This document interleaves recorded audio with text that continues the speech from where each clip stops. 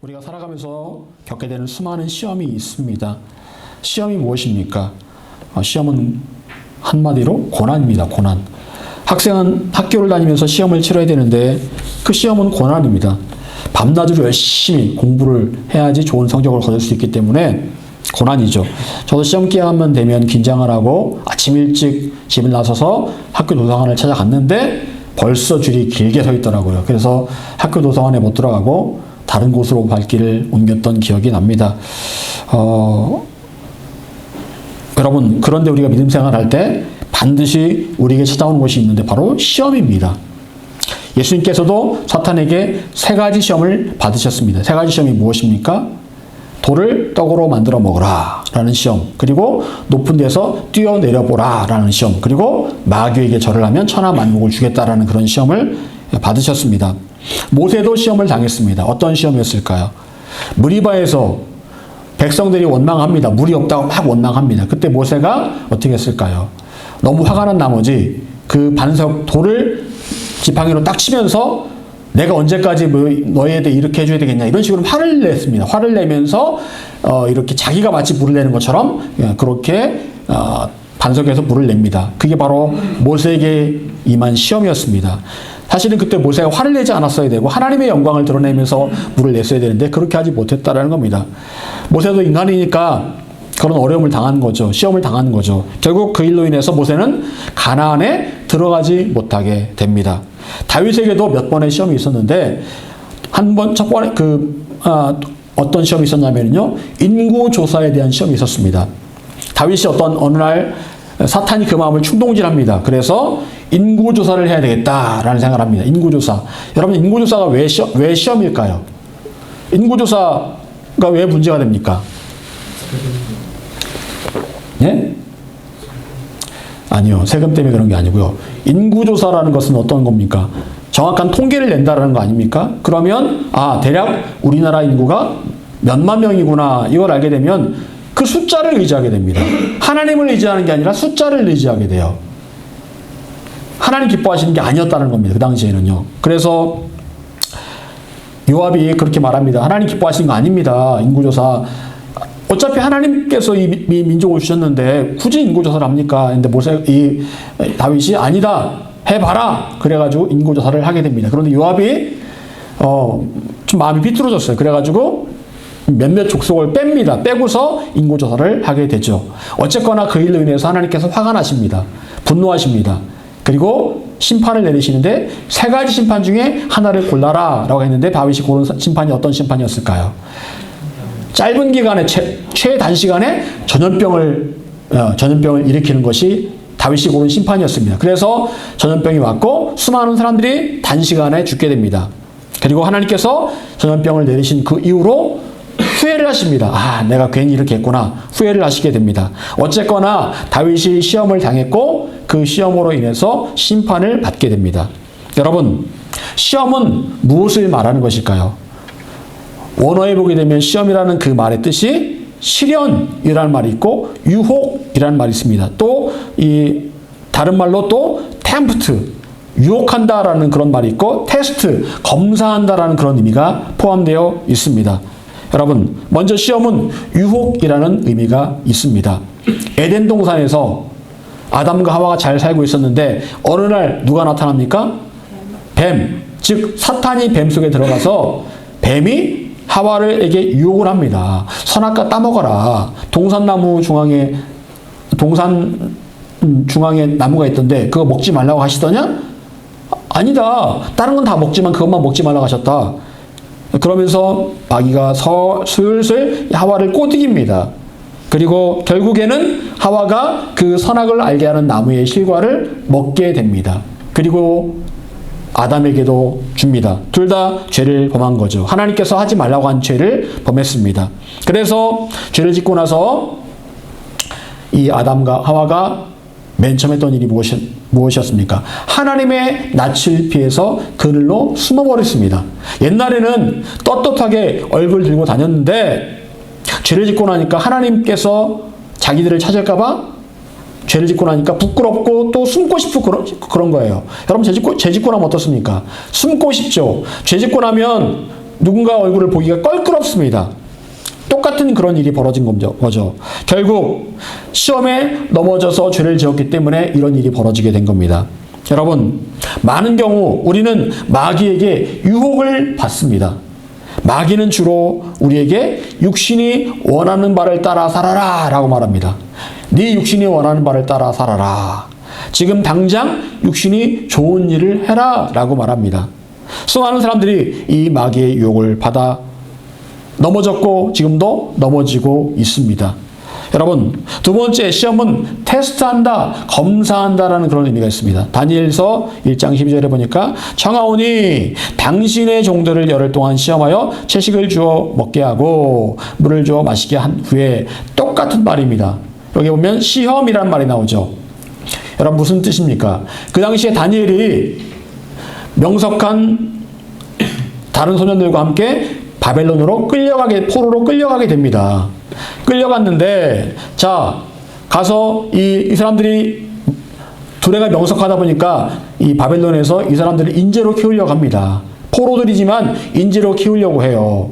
여러분, 우리나라 일제시대 때도 인재들은 어디로 유학 갔습니까?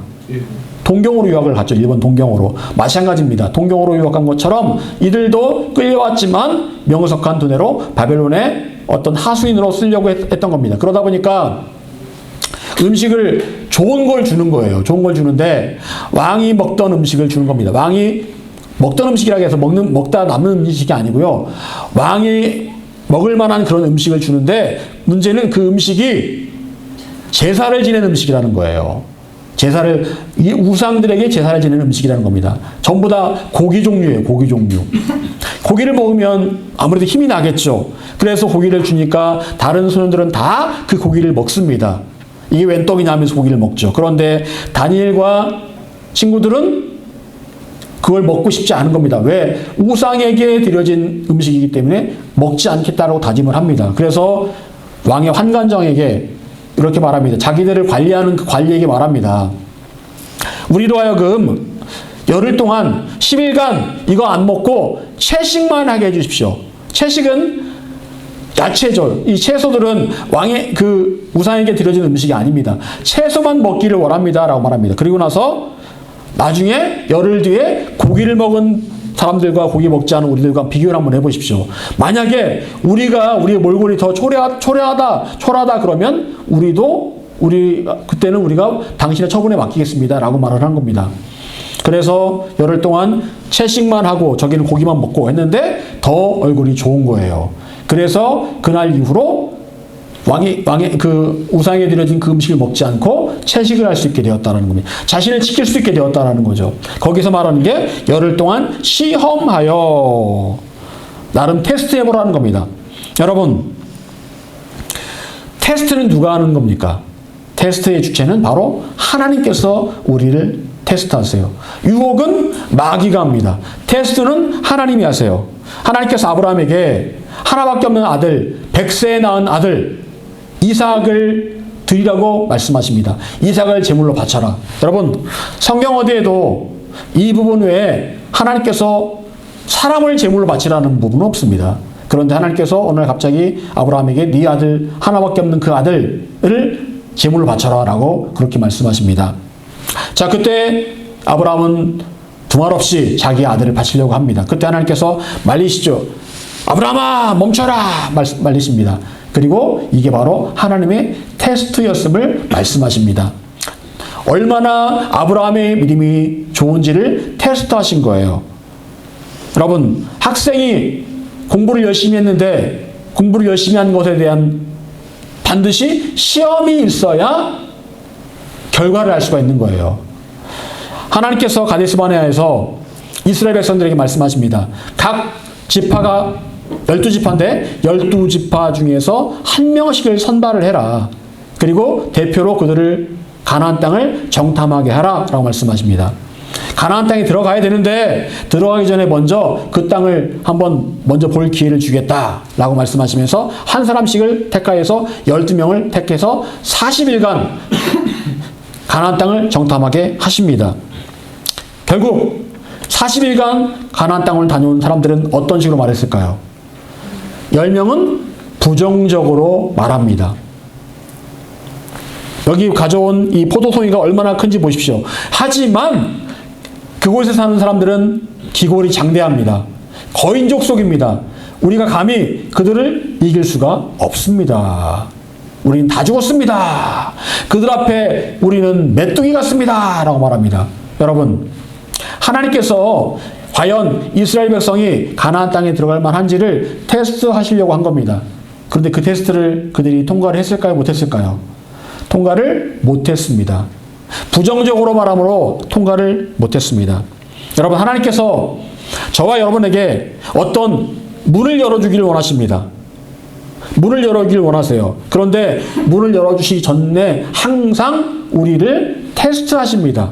과연 이 문에 들어갈 만한 자격이 있는지 테스트를 하기 원하신다는 거예요. 여러분, 신입사원이 처음에 회사에 들어가면 무슨 기간을 거칩니까? 수습기간을 거치죠. 3개월 정도 수습기간을 거칩니다. 그 기간에는 월급도 적습니다. 여러분, 그 기간은 어떤 기간일까요? 과연 이 사람이 우리 회사에 적당한 사람인지를 보자는 거예요. 보자는 겁니다. 만약에 진짜 안 되겠으면 수습기간이 끝나고 나서 자를 수 있는 거예요. 여러분, 뭔가를 내가 하나님께 받기를 원하는데 하나님께서 주시기 전에 뭔가를 이제 하나님께 테스트를 하신다는 거예요. 정말 내가 이걸 받을 만한 자격이 있는지 내가 너를 테스트해 보겠다. 네가 과연 이 문에 들어갈 만한 자격이 있는지를 테스트해 보시는 하나님이시라는 겁니다. 여러분, 그런데 마귀가 유혹하든지 하나님께 테스트하든지 그 과정은 전부 다 고난이고 고통이고 힘들 수 있다라는 거예요. 여러분, 마귀가 유혹해서 넘어지면 마귀가 유혹할 때는 좋습니다. 네가 네 마음에 좋은 대로 해. 네 눈에 보기 좋은 대로 해. 당장은 좋은 것처럼 보입니다. 그런데 마귀의 속삭임에 넘어가서 그 유혹에 넘어져 죄를 짓게 되면 그 다음엔 어떻습니까? 마음이 피폐해집니다. 굉장히 힘들어져요. 여러분, 그런데 우리는 세상을 살아가는 동안에 마귀의 유혹을 피할 길이 없습니다. 매일매일 매 순간 마귀의 유혹을 받습니다. 제가 아침마다 계란을 먹고 있거든요. 지난주 남은 계란을 먹고 있는데, 여러분, 저는 계란을 삶아서 노른자를 못 먹습니다. 인이 많기 때문에 못 먹어요. 그래서 흰자 먹는데, 그래서 사모님이 노른자를 딱 빼놓습니다. 그럼 그걸 보고 있으면 너무 먹고 싶은 거예요, 노른자가. 노른자 고소하잖아요. 흰자 무슨 맛이 있습니까? 오죽하면 욥기에 보면 욥이 그러겠습니까? 흰자만 먹는 게 얼마나 괴로운 줄 아느냐. 노른자랑 함께 먹어야 맛있지 흰자만 먹으면 얼마나 맛이 없습니까? 근데 흰자 먹으려니 얼마나 노른자가 먹고 싶습니까? 그래서 한 입 딱 먹고 나서 바로 또 이렇게 내려놓는데 먹고 싶어도 참는 거죠. 여러분, 세상을 살아가는 동안에 우리는 수도 없이 많은 유혹을 받습니다. 특히나 우리는 매일 마귀의 유혹 가운데 있습니다. 마귀의 유혹을 우리는 이겨내야 되는 사람들이에요. 마귀는 끝도 없이 우리를 넘어뜨리기 위해서 길을 씁니다. 마귀가 우리를 유혹하는 목적은 분명합니다. 왜 우리를 유혹하는 걸까요? 아담과 하와에게 선악과를 따먹으라고 유혹한 이유가 뭘까요? 죄를 짓게 만들기 위해서. 그래서 죄를 짓게 되면 그 죄가 하나님과 우리 사이에 담이 됩니다. 하나님과 우리 사이를 멀어지게 만들어요. 그게 마귀의 목적이에요. 그리고 하나님 믿지 않는 사람이라면 죄를 짓게 하는 이유는 뭡니까? 인간관계를 깨뜨리기 위해서 마귀가 죄를 짓게 하는 거예요. 죄를 지면 인간관계가 깨어집니다. 하나님과 우리 사이의 관계도 깨어집니다. 죄는 관계를 깨뜨립니다. 여러분, 하지만 하나님께서 주시는 테스트는 우리로 하여금 더 높은 곳, 더 성장하는 곳으로 가기 위한 그런 주춧돌로 하나님께서 우리를 테스트하시는 거예요. 고3 수험생이 대학에 본인이 원하는 대학에 들어가려면 반드시 공부를 해서 수능을 치든지 아니면 학교 내신을 잘 받기 위해서 중간고사, 기말고사를 잘 쳐야 됩니다. 반드시 시험을 거쳐야 되는 거예요. 시련과 고통, 긴장의 시간이지만 그 시간을 견뎌냈을 때에 더 높은 곳에 올라갈 수 있는 거예요. 내가 원하는 것을 얻을 수가 있는 겁니다. 분명한 사실은 유혹이든 하나님의 테스트든 힘들다라는 거죠. 하지만 여러분, 오늘 본문을 통해서 우리가 분명히 알게 되는 사실이 있습니다. 그것은 바로 하나님께서는 우리가 감당하지 못할 시험은 허락하지 않으신다라는 거예요. 감당할 만하니까 하나님께서 우리에게 허락하신다라는 겁니다. 마귀가 아주 굉장히 세게 우리를 넘어뜨리려고 할 수 있지만 하나님께서 제한을 걸어 놓으십니다. 거기까지. 그거 감당 못해. 마귀 너 거기까지만 해. 안 돼. 여러분, 모든 것은 하나님의 주권 가운데 있는 겁니다. 모든 것이 하나님의 다스림과 통치 가운데 있습니다. 그것이 바로 하나님께서 세우신 원칙입니다. 그 어느 시험도 하나님의 자녀인 우리가 감당하지 못할 시험은 없다라는 것입니다. 아무리 힘들어도 죽지는 않는다라는 거예요. 여러분, 그런데 시험 당할 때 어떻습니까? 감당할 만 하시던가요? 때로 너무 힘들 때가 있습니다. 아, 진짜 감당 못하겠다. 너무 힘들다라고 생각될 때가 있어요. 저도 물론 수도 없이 그런 경험을 하게 됩니다. 어떤 경우는 정말 도저히 벗어날 수 없다라고 생각될 때가 분명히 찾아오게 됩니다. 하지만 결국 시간이 지나고 나면 또 감당했구나 라고 고백할 수 있게 됩니다. 여러분, 하나님께서는 우리의 모든 형편과 체질을 누구보다 잘 알고 계시는 하나님이십니다. 그래서 무슨 일이든지 감당할 수 있을 만큼만 주시는 거예요. 왜요? 우리는 하나님께 사랑받는 존재이기 때문에 그렇습니다. 하나님께서 우리를 사랑하시기 때문에 하나님께서 우리를 괴롭게 하신 분이 아니세요. 감당할 만하니까 허락하시는 거예요. 여러분, 그리고 만약 도저히 시험을 감당하기 어려운 때를 대비해서 길을 마련해 놓으셨다라고 말씀하십니다. 피할 길이라고 성경은 말씀하고 있습니다. 이 말은 영어에 보니까 출구입니다. 출구, exit입니다. exit.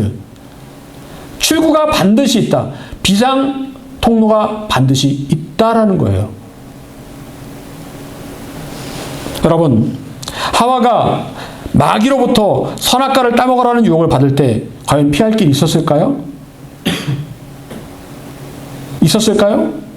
그 시험을 받을 때 피할 길이 있었을까요?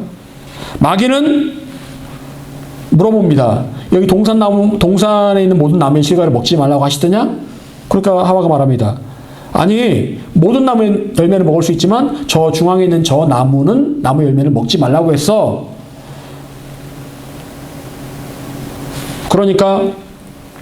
그러면서 한 말이 저거 먹으면 죽을까 하노라 라고 그렇게 하와가 말합니다. 죽는다라고 말씀하셨는데 하와는 그 말씀을 바꿔버립니다. 죽을까 하노라. 무슨 말이에요? 좀 기회가 생기면 먹을 수도 있을 거다라는 그런 여지를 마음에 둔 거죠. 그러니까 마귀가 절대로 너희 안 죽어. 그리고 저거 먹으면 눈이 밝아져서 하나님처럼 돼. 하나님처럼 될 수 있어 라고 말합니다. 하나님께서 하신 말씀이 아니거든요. 마귀가 그 말을 만들어냅니다. 그러고 나서 보니까 먹음직스럽게 보이고 보암직도 하고 지혜롭게 할 만큼 탐스럽게 보이기도 했다라고 말씀하고 있습니다. 여러분, 하와는 마귀로부터 유혹을 받았습니다. 유혹은 선악과를 따먹도록 마음을 움직이고 요동시키는 유혹이었어요. 이때 마귀는 거짓말을 합니다. 결코 죽지 않을 것이다 라고 거짓말을 합니다. 오히려 하나님처럼 될 것이라고 거짓말을 합니다. 여러분, 이 상황에서 하와는 하나님 말씀과 마귀의 말 중 하나를 믿어야 했습니다. 하나님의 말이 틀리든지 마귀의 말이 틀리든지 둘 중 하나는 거짓말입니다. 그런데 하와는 누구의 말을 믿었을까요? 마귀의 말을 믿었습니다. 하나님을 거짓말쟁이로 만들었어요. 그리고 마귀의 말을 참말로 믿어버린 거예요. 하나님께서 나에게 거짓말을 하신다라고 생각을 한 겁니다. 여러분, 마귀의 유혹이 왔을 때 하와가 그 유혹을 이겨낼 방법은 마귀의 말을 거짓말로 알고 믿지 않았어야 돼요. 너 거짓말하는구나.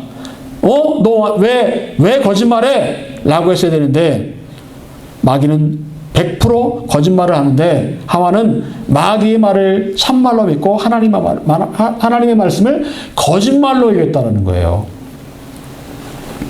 여러분, 우린 마귀가 달콤한 속삭임으로 우리에게 거짓말하고 있다는 사실을 늘 기억을 해야 됩니다. 여러분, 마귀의 말은 100% 거짓말이에요. 100% 거짓말입니다. 100% 거짓말이에요. 제가 확실히 압니다. 경험상 제가 경험해봤기 때문에 확실히 압니다. 마귀의 말은 100% 거짓말이고 뻥이고 허풍이에요. 허풍을 굉장히 잘 쳐요. 여러분, 하지만 하와는 그 순간 마귀가 참말을 한다고 믿었고 하나님께서 거짓말한다고 생각했습니다. 하와에게 피할 길은 하나님 말씀이 참말이라고 믿는 거였어요. 그런데 하와는 반대로 믿었습니다. 왜? 마귀의 속삭임이 너무나 달콤했기 때문에. 너무나 달콤했기 때문에. 여러분, 우리는 늘 나에게 들려오는 달콤한 속삭임을 조심해야 됩니다. 달콤한 속삭임을 조심해야 돼요. 이거 투자하면 100배로 돈을 벌 수 있어. 이것만 하면 네가 원했던 그 이상의 결과를 얻을 수 있어. 여러분, 그 속삭임을 조심을 해야 돼요. 여러분, 요즘 살 빼는데 뭐 외국에서 들어온 그 약이 하나 있다고 그러죠. 위고비라고. 주사를 일주일에 한 번씩 맞으면 식욕이 억제되고 인슐린이 많이 나와서 살을 뭐 잘 뺀대요. 그래가지고 살 뺀 사람이 많대요. 그런데 그 약의 부작용이 심하답니다. 우울증부터 해서 또 뭐 메스꺼움 뭐 또 있다는데, 여러분, 이거 주사 맞으면 살 빠질 수 있어 라고 하지만 사실은 살만 빠지는 게 아니잖아요. 정신이 피폐해지는 거잖아요. 그런데 우리는 단지 내가 듣고 싶은 말만 들으려고 합니다. 그래? 듣고 싶은 말만 들으려고 해요. 그런데 그런 달콤한 속삭임은 조심해서 들어야 됩니다. 마귀가 말하는 경우가 굉장히 많이 있습니다. 그러면 하나님 어떻게 말씀하실까요? 단호하세요. 달콤하지 않습니다. 인내를 말씀하시고 헌신을 말씀하시고 불편함을 말씀하세요. 좁은 길로 가라? 불편하죠. 낮은 자의 삶을 살아라? 불편합니다. 섬김받기보다 섬기는 자가 되라? 불편합니다. 십자가 지고 따라와라? 불편합니다. 어느 것 하나 편한 것이 하나도 없습니다. 반면 마귀는 뭐라고 말합니까? 내 육신이 원하고 내 감정이 원하는 대로 말하고 행동해. 네가 원하는 대로 해. 네가 하고 싶은 대로 해. 자랑해. 너 스스로 자랑해. 참지 마라. 화내야지. 눈으로 보기에 좋은 것, 안목의 정욕이죠. 야, 어떠냐? 눈으로 보기 좋지? 저거 질러버려. 언제든지 우리에게 달콤한 속삭임이 들려온다면 우리는 의심해 봐야 돼요. 과연 그 속삭임이 어디에서 왔는지를 따져보아야만 합니다. 여러분, 또한 우리가 기억해야 될 것이 있습니다. 요엘 2장 30절. 누구든지 여호와 이름을 부르는 자는 구원을 얻으리니 이는 나 여호와의 말대로 시온산과 예루살렘에서 피할 자가 있을 것이며 남은 자 중에 나 여호와의 부름을 받을 자가 있을 것임이라. 여러분, 어려움과 고난과 환란에 처했을 때 여호와 하나님의 이름을 부른다면 구원을 얻을 것이다 라고 분명히 말씀하세요. 여러분, 그 어떤 상황에서도 우리가 피할 길은 바로 하나님께 있음을 꼭 믿으시길 바랍니다. 우리가 하나님의 이름을 부른다면 거기에 길이 열리게 되어 있습니다. 모든 길이 막혀 있어도 오직 하나님께는 길이 열려 있음을 믿으시길 바랍니다. 하늘로 향하는 문은 열려 있어요.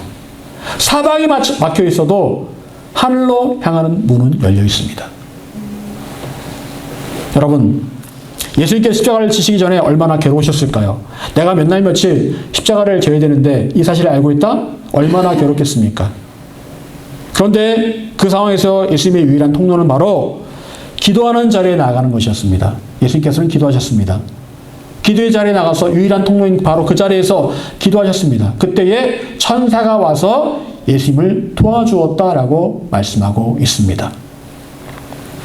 여러분, 우리는 얼마나 감사한 사람들입니까? 왜요? 세상 사람들은 어려움과 고통 가운데 피할 길이 없습니다. 피할 길이 없어요. 그러니 자살하죠. 그런데 우리에게는 돌파할 길이 있습니다. 바로 하나님께는 그 길이 열려있고 문이 열려있기 때문에 그래요. 정말 힘들 때 아무도 나를 돌아보지 않고 꽉 막혀있을 때 하나님께 부르짖는다면 하나님께서 나의 그 부르짖음을 반드시 들어주실 것입니다.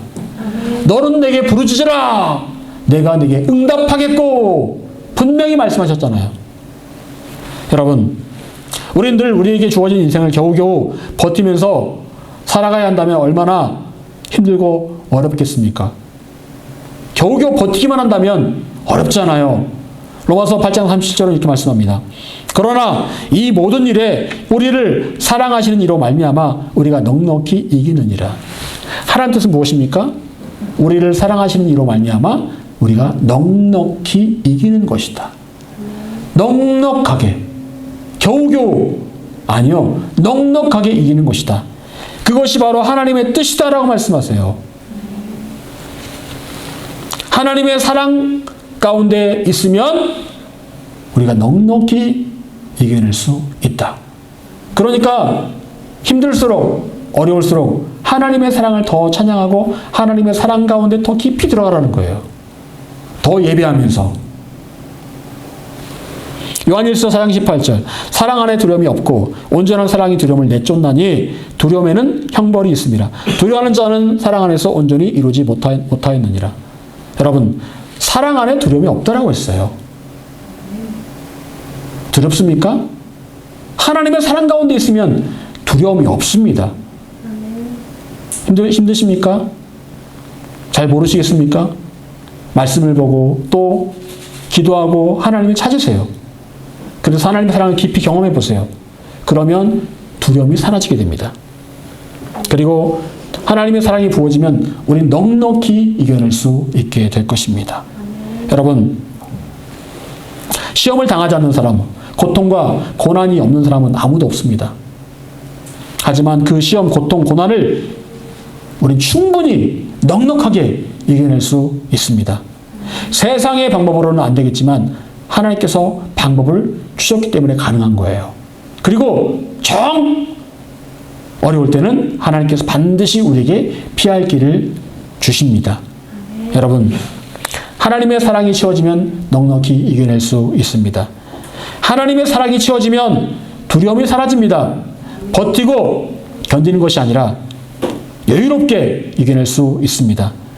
주의 이름을 부르는 자는 구원을 얻으리로다. 주의 이름을 부르는 자는 구원을 얻으리로다. 믿으시기를 간절히 축원합니다. 기도하겠습니다.